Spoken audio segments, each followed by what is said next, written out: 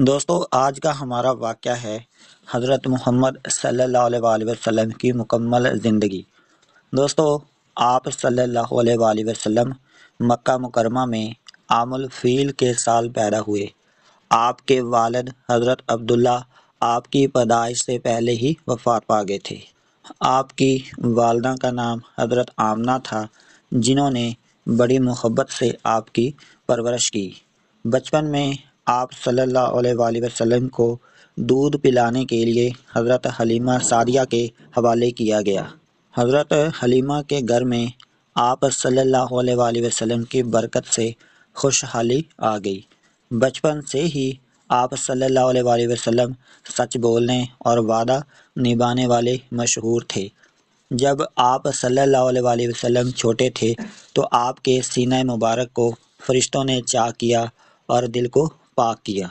آپ صلی اللہ علیہ وآلہ وسلم یتیم ہونے کے باوجود ہمیشہ صابر اور شکر گزار رہے۔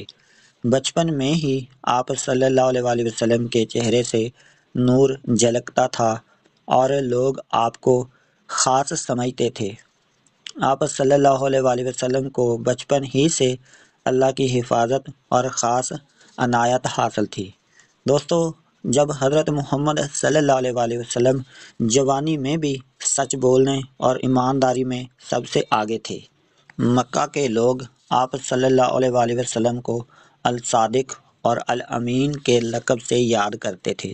آپ صلی اللہ علیہ وآلہ وسلم نے جوانی میں تجارت کا کام شروع کیا اور بہت کامیاب تاجر بنے۔ آپ صلی اللہ علیہ وآلہ وسلم کی ایمانداری دیکھ کر لوگ اپنے مال آپ کے سپرد کر دیتے تھے۔ حضرت خدیجہ رضی اللہ تعالی عنہا نے آپ صلی اللہ علیہ وآلہ وسلم کی سچائی سے متاثر ہو کر نکاح کا پیغام بھیجا۔ نکاح کے وقت آپ صلی اللہ علیہ وآلہ وسلم کی عمر تقریباً 25 سال تھی۔ جوانی میں بھی آپ صلی اللہ علیہ وآلہ وسلم کبھی جھوٹ، کبھی شراب یا بت پرستی کے قریب نہ گئے۔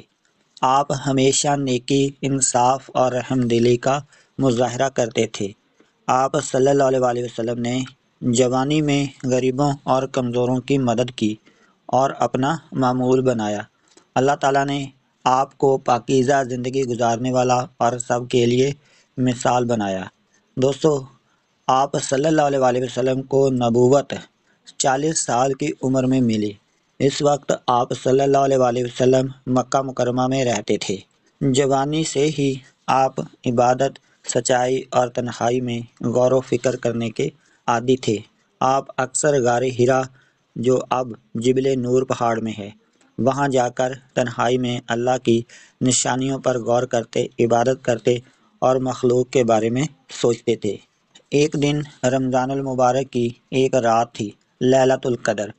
حضرت محمد صلی اللہ علیہ وآلہ وسلم غار حرا میں عبادت میں مصروف تھے کہ اچانک حضرت جبرائیل علیہ السلام وہاں تشریف لائے۔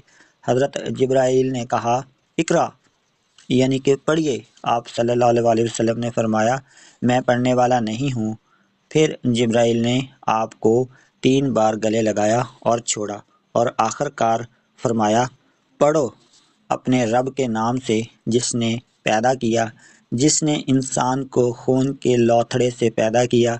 پڑھو اور تمہارا رب بڑا کریم ہے، جس نے قلم کے ذریعے علم سکھایا، انسان کو وہ سکھایا جو وہ نہیں جانتا تھا۔ یہ پہلا موقع تھا جب وحی نازل ہوئی، اس لیے آپ صلی اللہ علیہ وآلہ وسلم گھبرا گئے۔ آپ فوراً حضرت خدیجہ رضی اللہ تعالی عنہا کے گھر آئے اور فرمایا، مجھے کمبل اڑا دو، مجھے کمبل اڑا دو۔ آپ صلی اللہ علیہ وآلہ وسلم نے انہیں سارا واقعہ سنایا۔ حضرت خدیجہ رضی اللہ تعالی عنہا نے بڑی محبت سے تسلی دی اور کہا، اللہ کی قسم، اللہ آپ کو کبھی ضائع نہیں کرے گا۔ آپ رشتہ داروں کا خیال رکھتے ہیں، سچ بولتے ہیں، کمزوروں کا سہارا بنتے ہیں، مہمان نوازی کرتے ہیں۔ اللہ آپ جیسے نیک بندے کو اکیلا نہیں چھوڑے گا۔ دوستو حضرت خدیجہ رضی اللہ تعالی عنہا آپ صلی اللہ علیہ وآلہ وسلم کو اپنے چچا ورقہ بن نوفل کے پاس لے کر گئی، جو کتابوں کے عالم تھے۔ ورقہ بن نوفل نے آپ کی بات سن کر کہا، یہ وہی فرشتہ ہے جو حضرت موسیٰ علیہ السلام کے پاس آیا کرتا تھا، کاش میں اس وقت زندہ رہوں جب آپ کی قوم آپ کو نکال دے گی۔ آپ صلی اللہ علیہ وآلہ وسلم نے حیران ہو کر فرمایا، کیا وہ مجھے نکال دیں گے؟ ورقہ نے کہا، جی ہاں، جو بھی نبی اللہ کا پیغام لاتا ہے اس کی قوم ابتدا میں مخالف ہوتی ہے۔ دوستو، یوں حضرت محمد صلی اللہ علیہ وآلہ وسلم پر پہلی وحی کے ساتھ نبوت کا آغاز ہوا۔ کچھ دن کے وقفے کے بعد دوبارہ وحی نازل ہونا شروع ہوئی اور اللہ تعالیٰ نے آپ صلی اللہ علیہ وآلہ وسلم کو حکم دیا کہ آپ لوگوں کو اسلام کی دعوت دو۔ اگر آپ دوستو حضرت محمد صلی اللہ علیہ وآلہ وسلم پر اللہ کی طرف سے جب نبوت نازل ہوئی تو آپ صلی اللہ علیہ وآلہ وسلم نے لوگوں کو اللہ کی وحدانیت یعنی کہ ایک ہونے کی دعوت دینا شروع کی، تو مکہ کے بڑے سرداروں کو یہ بات بڑی ناپسند لگی۔ وہ بتوں کی پوجا کرتے تھے اور اپنے باپ دادا کے دین پر فخر کرتے تھے، اس لیے اسلام کی بات سن کر وہ شدید مخالفت پر اتر آئے۔ دوستو، سب سے پہلے آپ صلی اللہ علیہ وآلہ وسلم نے اپنے قبیلے قریش کو دعوت دی، لیکن ان میں سے زیادہ تر نے انکار کیا۔ وہ کہتے تھے، محمد صلی اللہ علیہ وآلہ وسلم ہمارے بتوں کی توہین کرتے ہیں۔ کچھ لوگ آپ صلی اللہ علیہ وآلہ وسلم پر ہنستے، مذاق اڑاتے، طعنے دیتے تھے۔ وہ کہتے تھے کہ یہ شاعر ہے، مجنون ہے، جادوگر ہے، حالانکہ آپ صلی اللہ علیہ وآلہ وسلم نے کبھی ایسی بات نہ کی تھی۔ دوستو، جو لوگ آپ صلی اللہ علیہ وآلہ وسلم کی بات مان کر مسلمان ہوئے، ان پر ظلم و ستم کے پہاڑ توڑ دیے گئے۔ حضرت بلال کو گرم ریت پر لٹایا گیا، ان کے سینے پر بڑا پتھر رکھا گیا، مگر وہ پھر بھی کہتے رہے، احد احد، اللہ ایک ہے۔ حضرت خباب رضی اللہ تعالیٰ عنہ، حضرت عمار رضی اللہ تعالیٰ عنہ، حضرت سمیہ رضی اللہ تعالیٰ عنہ جیسے صحابہ کو بھی سخت اذیتیں دی گئیں۔ حضرت سمیہ رضی اللہ تعالیٰ عنہ کو تو اسلام کی خاطر شہید کر دیا گیا، وہ پہلی شہیدہ بنی۔ دوستو، جب کفار مکہ نے دیکھا کہ اسلام پھیل رہا ہے تو انہوں نے فیصلہ کیا کہ بنو ہاشم یعنی کہ نبی صلی اللہ علیہ وآلہ وسلم کا خاندان سے کوئی بات نہیں کرے گا، نہ ان سے خرید و فروخت، نہ شادی، نہ کوئی دوستی۔ یہ بائیکاٹ 3 سال تک جاری رہا۔ آپ صلی اللہ علیہ وآلہ وسلم اور آپ کے خاندان والے شعیب ابی طالب میں محصور ہو گئے۔ وہاں کھانا پانی بہت کم تھا، بچے بھوکے روتے تھے، لیکن آپ صلی اللہ علیہ وآلہ وسلم نے پھر بھی صبر اور شکر کا دامن نہ چھوڑا۔ دوستو، اس مشکل کے بعد نبی صلی اللہ علیہ وآلہ وسلم پر ایک اور غم آیا۔ اسی سال آپ صلی اللہ علیہ وآلہ وسلم کے چچا ابو طالب جو آپ کے محافظ تھے، اور حضرت ختیجہ رضی اللہ تعالیٰ عنہ جو آپ صلی اللہ علیہ وآلہ وسلم کی پہلی بیوی یعنی کہ مخلص ساتھی تھیں، دونوں کا انتقال ہو گیا۔ یہ سال عام الحزن یعنی کہ اس کو غم کا سال کہا جاتا ہے۔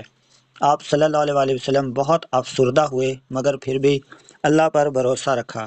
دوستو، پھر آپ صلی اللہ علیہ وآلہ وسلم اسلام کی دعوت دینے کے لیے طائف گئے۔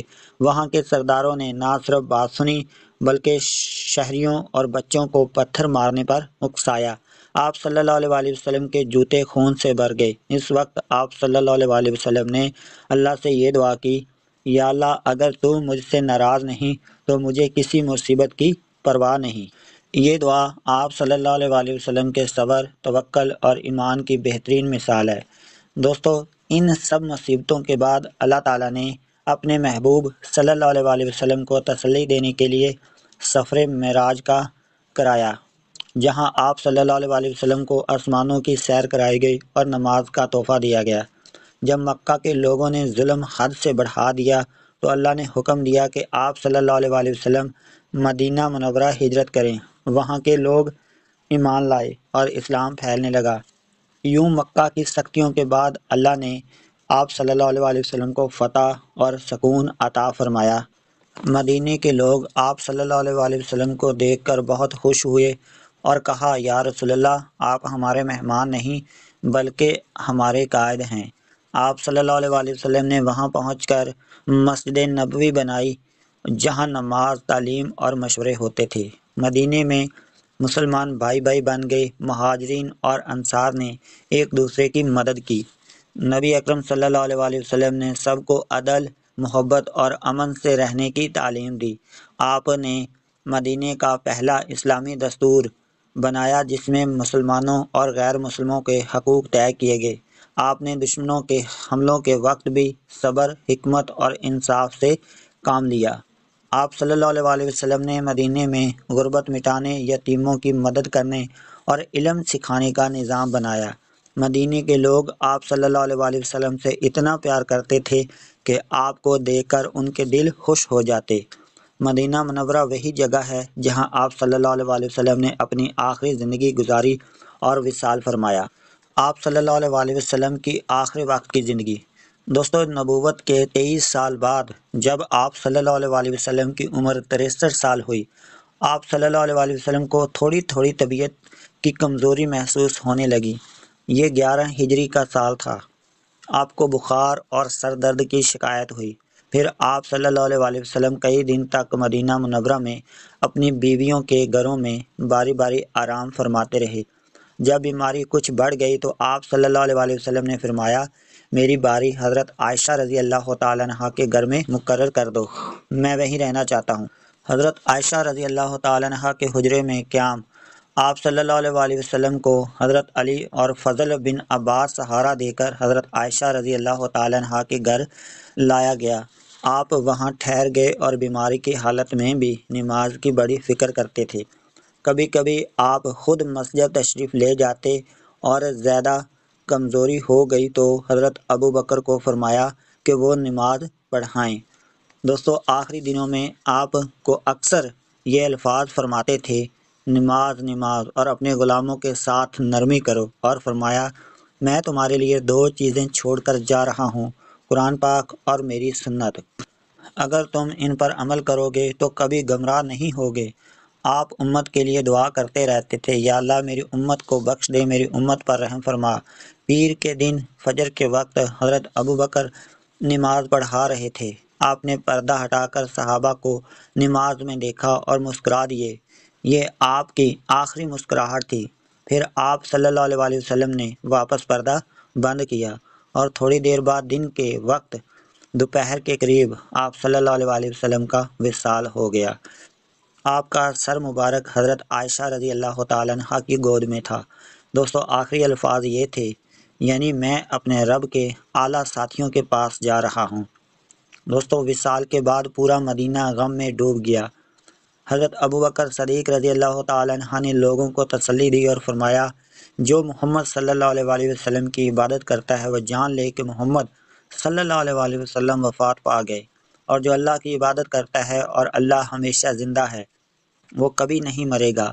دوستو، حضرت محمد صلی اللہ علیہ وسلم کو حضرت عائشہ کے حجرے میں وہیں دفن کیا گیا جہاں آپ صلی اللہ علیہ وسلم کا وصال ہوا تھا۔ یہی جگہ آج روضہ رسول کے نام سے جانی جاتی ہے۔ دوستو، یہ تھا آج کا ہمارا مکمل واقعہ حضرت محمد صلی اللہ علیہ وسلم کی زندگی کے بارے میں۔ مزید اسلامک سٹوری سننے کے لیے ہمارے چینل کو لازمی سبسکرائب کریں، بیل نوٹیفیکیشن کو آن رکھیں تاکہ نئی آنے والی اپڈیٹ سب سے پہلے آپ کے پاس پہنچ سکے۔ اللہ حافظ۔